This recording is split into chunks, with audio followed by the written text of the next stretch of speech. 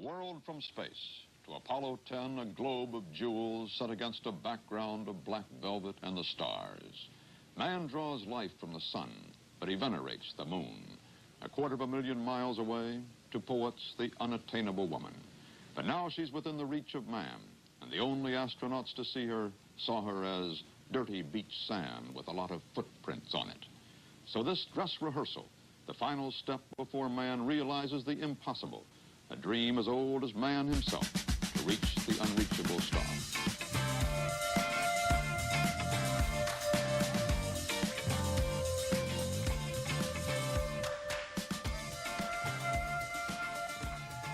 Charlie Brown, Houston, 45 seconds to LOS. You're still go for DOI. DOI, Descent Orbit Insertion, would come about 180 degrees from landing site 2, the primary site for Apollo 11.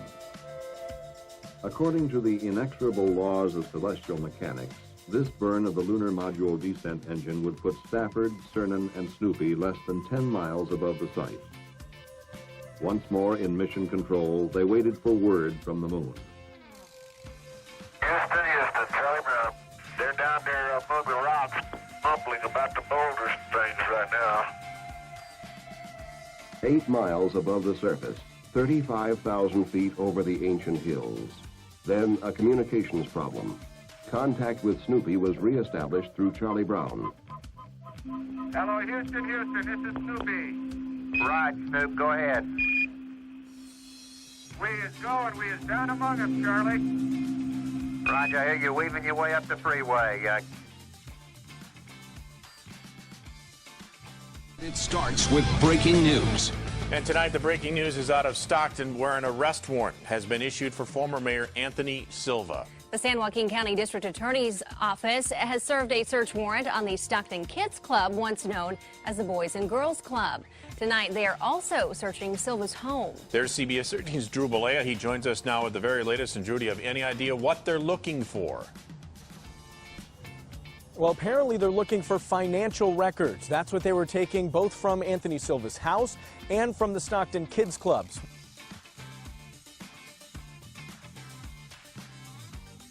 Plausibly live from the Podcast 99 studios, located in beautiful downtown Manteca, California, this is the Dave Bowman Show. Now, here is your host, the submarine qualified, coffee-swilling, stuffy elitist history buff, Dave Bowman. Welcome aboard, cheese lovers. It is me, Dave. You want to join me? 565-DAVE, 565-3283, telephone and text. A loqui conitio, stand up, tell those who oppose liberty, don't tread on me. Well, Mayor Silva, former Stockton Mayor Anthony Silva, managed to get himself arrested. Again, this is not the first time this has happened. Something tells me deep in my soul it will not be the last time either. He got himself arrested on a warrant for aggrieved white-collar crime, embezzlement, and other fiduciary malfeasance. It seems to, based on the search warrants and everything, seems to be related to his service at the now defunct Boys and Girls Club, later the Kids Club. It's frustrating because, look, Mayor Silva, of all the politicians I've ever had the misfortune of meeting, Anthony Silva is the most Ahabish of all of them. Now, what do I mean by that? If you're familiar at all with the scriptures, and my personal favorite books of the scriptures, 1st and 2nd Kings, you're familiar with a guy by the name of Ahab, who was king of all Israel. Now, I don't want to spend a lot of time in theological history here, but Ahab was the king of the northern kingdom at the time of Elisha and Elisha. He was married to a woman named Jezebel, who was, the name Jezebel pretty much says what kind of woman she was. She was a problem. But Ahab was unique amongst all the kings of Israel. Now, that's the northern kingdom, not the southern kingdom. Israel was the breakaway kingdom. It was the kingdom that was guilty of walking in the ways of Jeroboam, the son of Nebat, who made all of Israel to sin by setting up the high places. It was a failure, just a complete and total failure. Basically, it was the 10 northern tribes. You've heard of the 10 missing tribes of Israel. Well, that would be Israel. And again, I could spend all day talking about this, but my point is Ahab was the one king of Israel, of all of them. There were several dozen, but maybe not that many, but he was the one king of Israel about whom the scriptures said that he drove God nuts. He just drove him insane. And it took me a lot of years to figure out why, but we all have that 1-2 people in our lives that we really like. They're people that we like, but they drive us up a freaking wall because they do stupid crap. And then they tell us, oh, I'm sorry, I apologize, I won't do it again. And then you're back on good terms, and then they do it again. Ahab was that guy. Ahab was the northern kingdom king. He's the only one, by the way, about whom the scriptures say, and he rested with his fathers, which is code for he died in good graces with God. He's the only one in the northern kingdom. No other king of the north does it say that about. But he was also the one who drove God nuts, because every time Elijah would come along and bitch slap him for doing something stupid, he'd go, I'm sorry. He would fix it, and then he would go out and do something stupid again. And this is Mayor Silva to me. Mayor Silva's he's a likable guy. He really is. He's just freaking stupid. And he will do something that you really like, and then he'll go out and just completely foobar it by doing something incredibly stupid. I don't know, getting naked with 16-year-old girls and recording it. Not that recording it was the crime. I mean, I don't want to misunderstand. I don't want you to misunderstand what I'm saying here. He was stupid before he hit record, but you get the idea. And this guy would just, the badges thing. For those of you that may not be around here, he came from a rather, let's just call it colorful background as a child. And some of the people he had around him were of questionable moral character. But he decided that these guys would be his bodyguards. And so he went and actually ordered badges, look very realistic looking, well, they probably were realistic looking police badges, that he issued to these guards, these people that were around him. And the police chief and a few others kind of objected to that. In fact, the police chief actually went and took them away from the mayor. And now here in California, we have a state law. We actually have a state law that says mayors cannot do that because of Mayor Silva. Anyway, point being that he will drive you up a wall. He really will. Because he'll do something good, and then he'll follow that up by doing something incredibly stupid. And as when he was elected to mayor in 2013, he was the CEO of the Stockton Boys and Girls Club. Now, that's near and dear to my heart. Some of you will know this, some of you will not. For several years, about 5 years back in the early 90s, mid-90s, I was also the CEO of a Boys and Girls Club. I didn't make anywhere near $102,000. I don't know where that salary comes from. I have no idea. We had an operational budget of just over $500,000. We had a $300,000 debt. And when I got there, a $2,000 a month deficit. We were able to turn most of that around. When I left there in 97, it was the debt was just over $40,000, and the deficit was gone. I mean, we had a net income of $2,000 a month. So anyway, point is, I've got some experience with this Boys and Girls Club thing. And so when I'm reading this story back in 2013, and we're on the air, I was talking about the fact that this is crazy. $102,000 a year for the CEO? What the heck is he doing? Now, it's possible that he was worth it. We know that the minimal operational budget of the Stockton Boys and Girls Club was just over $1 million. We know that because there's a list of the contracts and we can add them up and say, okay, maybe the guy was out raising $5 million a year. I don't know. In which case he would probably be worth $102,000. He also didn't get some of the benefits that I got when I was doing that. But it was it was a little unnerving. And then we found out that they were paying board members as well, advisory board members for the Boys and Girls Club, were being paid, in some cases, quite significantly, which is to me, that is a huge no-no. I mean, you don't get on a board for a nonprofit to get paid. You get on a board of a nonprofit to A, to be seen, B, to, pad your public service resume, and B, and C, to do good. I mean, that's why you do it. You don't join these things to get paid, but apparently they were paying their board members quite a significant amount, which means, of course, that they were out raising money to pay these salaries. How much of that was going into actual programming was questionable, and as it turns out, not enough. They lost their contract because they were hiring staff members who were not qualified so that they could pay them less. Of course, the CEO should know that, should have been held accountable for that.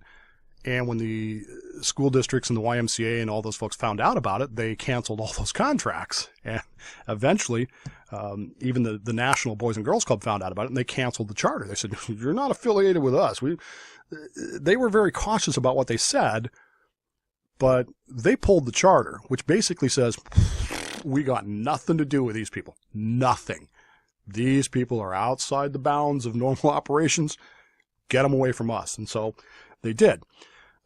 Years later, we find that the mayor has now been arrested at San Francisco International Airport on Sunday night, coming back from Colombia, which was a huge disappointment to me, by the way. He left on Wednesday for this so-called vacation, the day before the arrest warrants came out. And I find it hard to believe that he didn't know that they were coming. It just strikes me as improbable. But he left for Colombia on a world excursion. What did he say on his Facebook page? Looks like Stockton can manage without me, so I'm going to go see the world. The implication being that he was going to be gone for a while. The next day, of course, the search warrants are served, the arrest warrant is issued, and all this discussion about when he's coming back starts on Thursday. And I got into a couple of discussions about it on Friday, and I took the over. I really did. We settled on a week. The group that I was talking to, we settled on a week. It would take a week, one way or the other.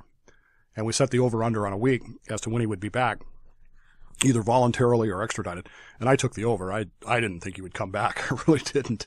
But he did. He came back on Sunday night, apparently voluntarily. And he is now incarcerated in San Joaquin County Jail. I say all this because, look, politicians, as a general rule of thumb, the problem with it is, and I'm going to say something that this is purely opinion. I have no inside information. I simply look at what happened. I look at my own experience, and I'm telling you what I think. I think that Mayor Anthony Silva was corrupt before he was elected to mayor. I think that running for mayor was simply I don't want to call it a dodge, but it was the next logical step for someone who was becoming used to abusing power and money. And he saw it as a way to become even richer. Remember, he was going to donate his salary to quote unquote charity while he was mayor. Never did. It's not surprising that he's corrupt. It's not surprising that he's under arrest. It's not surprising to me that this is his second arrest. And the only question now becomes how much of this is going to spill over into what he did while he was mayor. This is all appears to all be related to prior to being mayor, but what about before he was mayor? Those are the questions that I think are going to ultimately have to be answered, and we don't have an answer to those yet. I think for me, as I said, he's my Ahab of politicians, because I really do like the guy. He's a very likable guy. He's a very, sometimes he tells you things that just make the cockles of your heart warm with the stuff that he wants to do, and you go, yeah, I'm right there with you. And then he goes out and does something entirely freaking stupid, and you just want to take a 2x4 upside his head and go, what the hell is wrong with you? He's a Republican. I don't know if you knew that or not. He ran on the last election, November 16, he ran for a seat on the Republican Central Committee here in San Joaquin County. He called the show one day. I'm trying to remember when it was. It would have had to have been in 2012 or 13. But I remember John being very surprised by it, and we put him on the air, and he was very effusive about how wonderful it was to have conservative talk radio. And I'm like, do you even listen to this show? Because I'd spent the week before just making fun of the guy. And do you even listen to this? Yeah, I listen every day. No, you don't. No, you don't. At any rate, he's now in jail, and who knows where this is going to be. And, of course, some people are going to say, keep an open mind. His lawyer's going to say, keep an open mind, and blah, blah, blah. Who knows what ultimately ends up happening? Does he take a plea deal? Does he actually go to trial? Can they find a jury that can be impartial for this guy? I don't know. We'll see in all of those things. For those of you not in the area, he was so clownish, that's what I called him, the clown mayor, that the guy that beat him for mayor, now normally you're a year out from running for a major political office in a city and you get a DUI, that's kind of political death. The guy that beat him is still fighting a DUI. So, I mean, that's how bad Mayor Silva was, and he just drove me nuts.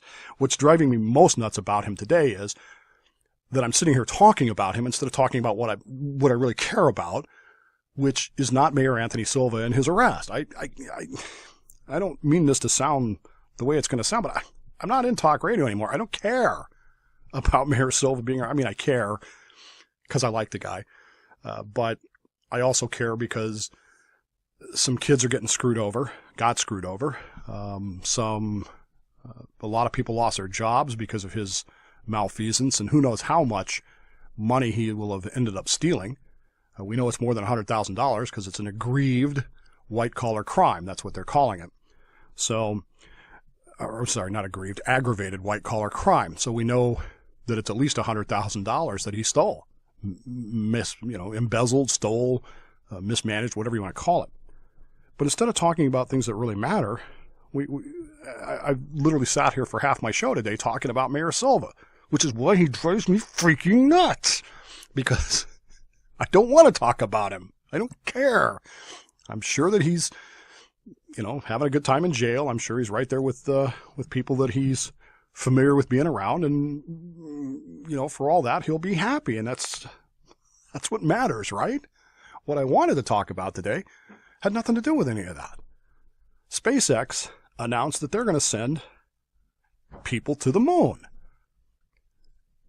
Last week, when was that? Friday, Saturday, Thursday, Wednesday? I don't remember exactly when they announced it. They're going to send people to the moon. Now, two of these people happen to be tourists who paid somewhere on the order of $200 million each to ride an untested, as of this point, rocket with an untested space capsule, into a place that we have not been in literally 50 years, to the moon. Not only that, but they're going to go into deep space. So the way they're describing this mission is it's a figure eight, much like Apollo 8 took to the moon and the subsequent Apollo missions that went to the moon. But Apollo 8 took a figure eight type pattern, but Apollo 8 went into orbit around the moon too. They did 10 orbits of the moon before they came back, Christmas of 1968. This mission is going to go beyond the moon, but not into orbit, but it is going to go far beyond the moon as a part of its loop back. So these people, these three, I'm assuming three people, one actual, trained person and two tourists, are going to go far deeper into space than any human has ever been before they come back to Earth on a free return trajectory. And I'm just absolutely fascinated by this. $200 million seems like a pretty good deal to me. I mean, if I had $200 million, believe me, I'd be in that line. The idea of being one of, I have this theory I call it the Mount Everest theory, which is when I was younger, I wanted to climb Mount Everest. I went to a Kiwanis meeting one time back in the days when I was a Kiwanian. And the guest speaker that day had climbed Mount Everest, and he was showing slides and stuff, and I just fell in love with it. I wanted to go climb Mount Everest. I just thought, and I was talking to the guy, and he's, kind of looking at me, and I'm looking at him, and he says, you really got to be in great shape to do this. And at the time I wasn't. At the time I was well north of 300. It was obvious that I walk with a limp, and he was like, I don't think you could do it. I said, well, here's the thing. I don't necessarily have to get to the top of Mount Everest. I just know this. Every foot up Everest you go, every 12 inches up, every 1 meter up, if you want to do it that way, that you go towards the top of Mount Everest, you get into a smaller and smaller club of people that have been where you have been. Now, I already belong to a fairly small exclusive club, of course, submarines, but this theory about, I call it the Mount Everest theory, which is, only so many people have been to the top of this thing, and only so many people have made it 100 feet from the top and failed, and only so many people have made it 500 feet or 1,000 feet, but it's a smaller and smaller club, and you're going to see something you've never seen before, and you're going to do something that fewer and fewer people have done. So I have this theory about that, and it's kind of related to the moon, which is, look, there's only, less than a dozen people that have walked around the moon, and add 3, so you got Apollo 8 is 3, 10, 11, 12, 13, 14, 15, 16, 17, so you got 9 missions that have gone physically to the moon with 3 people each, so 9 times 3, 27 people that have orbited the moon, that have gone around the moon at least one time. And of those, again, only so many walked on the moon. Apollo 10, which I played a clip at the beginning of it with Walter Cronkite, perhaps the most, would have to be the most frustrating and most similar, I think, to this mission. Apollo 8 was an interesting mission, but Apollo 10 was the mission that most people don't even think about. It was the dress rehearsal, where they took the lunar module all the way to the moon and they got within 50,000 feet of the surface before they lifted it back off and came back. And there's all kinds of discussion about, do you think those guys on that mission, do you think that they thought about, what the hell, let's just go ahead and land. There's nobody out here to stop us. And for the last, since 1969, people have been debating whether or not Young and those guys were, John Young was on that mission, were really tempted to do that. They weren't. They were professional pilots and professional astronauts, and they didn't have enough fuel on board the lunar module to have done it anyway. And they knew that. But the idea that they went and got so tantalizingly close is just amazing to me. To this day, it still is. And they went and they looked at that thing and the famous "we is down among it." Now, we is down among it, saying where they were flying the lunar module 50,000 feet over the lunar surface and looking at it going, oh, it's so close you could almost reach out and touch it. And it was just fascinating to me. It still is fascinating to me to think about how close they came and how small a group they were in. And that's one of the things that Walter Cronkite was saying there, was how small that group of men who had seen it. At the point that he says that group was 3. It was about to be 6. And there was a whole lot of discussion that, what is this going to be, the dress rehearsal? And then, of course, Apollo 11 goes on to actually land. Who's the crew on that? The crew was Stafford, Young, and Cernan. So Young and Cernan actually went back to the moon. Young went on 16, and Cernan was the last man to walk on the moon. He just passed away recently. Stafford went on Apollo Soyuz, and like that. Anyway, it's fascinating to me that they're going to do this, and I know that there are plenty of not conservative, aluminum hat theory websites out there telling me that they're not going to do this. This is completely fake. There's a famous flat Earth website where they're talking about how the money phrase from the video was, if you're going to fake something, at least fake something realistic. Just not believing that Elon Musk is going to do this. And of course, there's some challenges here. I mean, this rocket has never been man-rated. If it's even been tested, of course, the space capsule itself is questionable. They're going to have a lot of challenges to overcome. But think about what's going into this, the dream of what's going into this. And what I'm hoping for is, much like what happened in 1968 and 1969, when a little 5- and 6-year-old boy in Denver, Colorado, sat glued to his television and watched this horribly grainy footage. I mean, unless you really clean it up, unless you really know what you're looking at, it's hard to even tell what you're watching. It really is. I sat there on July 20th, 1969, and I watched with the entire world Neil Armstrong go down that ladder. And I remember watching later on Apollo 12 when Alan Bean screwed up the camera.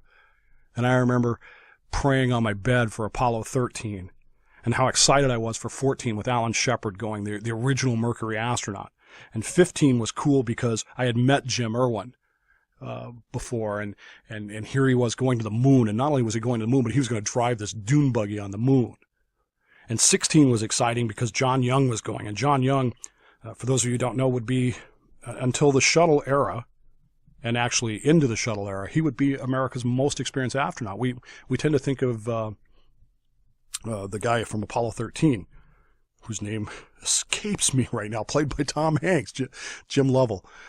We tend to think of him as America's most experienced astronaut, but it was John Young, who had flown twice on Gemini, and he flew twice on Apollo, and then he flew the first Columbia shuttle mission. And him bounding down that. What I'm hoping this does, what I'm hoping Elon Musk and SpaceX does, is recapture that feeling for kids like I had when I was a kid. I wanted to be an astronaut. Hell, if I was being honest, I'd still want to be an astronaut. But I wanted to be an astronaut so bad. I wrote creative writing stories about Dave Bowman being the first man on Mars. And then unfortunately, my friends discovered 2001: A Space Odyssey along the way. We were kids. We didn't see it when it came out in 68, 69, whenever it was. But around the mid-70s, we discovered it. And somebody did some calculations and discovered that I was the same age as him. And all of a sudden, my life became, you're not going to Mars, you're going to Saturn. You're going to do the book, he goes to Saturn. In the movies, he goes to Jupiter. But, but it still thrilled me. The idea of being an astronaut, the idea of going someplace, that Mount Everest theory of going someplace where nobody's ever been before, where the group of people who have seen this is smaller and smaller. The experience that you share is smaller and smaller and smaller until eventually it might only be yourself. Or maybe, like Mount Everest, maybe you have a Sherpa with you when Sir Edmund Hillary climbed. With Tenzing Norgay. In any case, the excitement that we felt in that era, even into Apollo, Soyuz, and Skylab.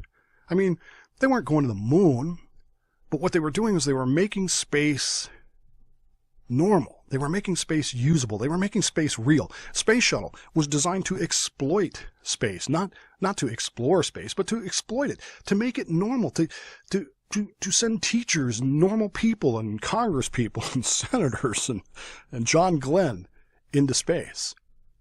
And those were things that were exciting to me. They really were. And I hope, that's what I'm hoping, is that for a Boys and Girls Club that went defunct because some idiot mayor, politician was stealing money from it, and those kids are looking around now going, now what? Instead of looking at the things that they could be looking at around them, I'm hoping that they'll watch what happens. And I hope that they'll get excited about it. And they'll say to themselves, you know what? The fact that some idiot mayor tried to wreck our lives and dreams isn't going to stop us.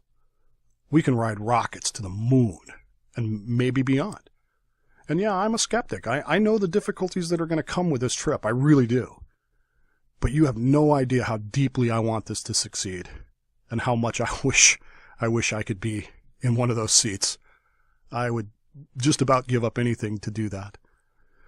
But what I really am happy about is having that feeling of excitement back again. And that feeling of checking the news now in the internet era and going, what have they done today? What have they tested today? Where are they going today? Just like I do with the folks down at Spaceship One.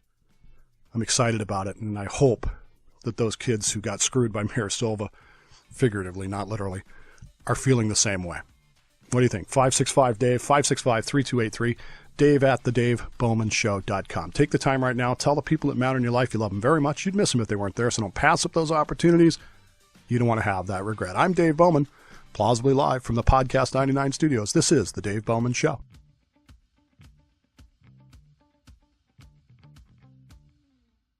The Dave Bowman Show is a Slippery Fish Entertainment production for the Podcast 99 Network. Copyright 2017. All rights reserved. For more information or to contact the show, log on to www.thedavebowmanshow.com. Hey, I'm going to go do something productive. I'm going to go watch television.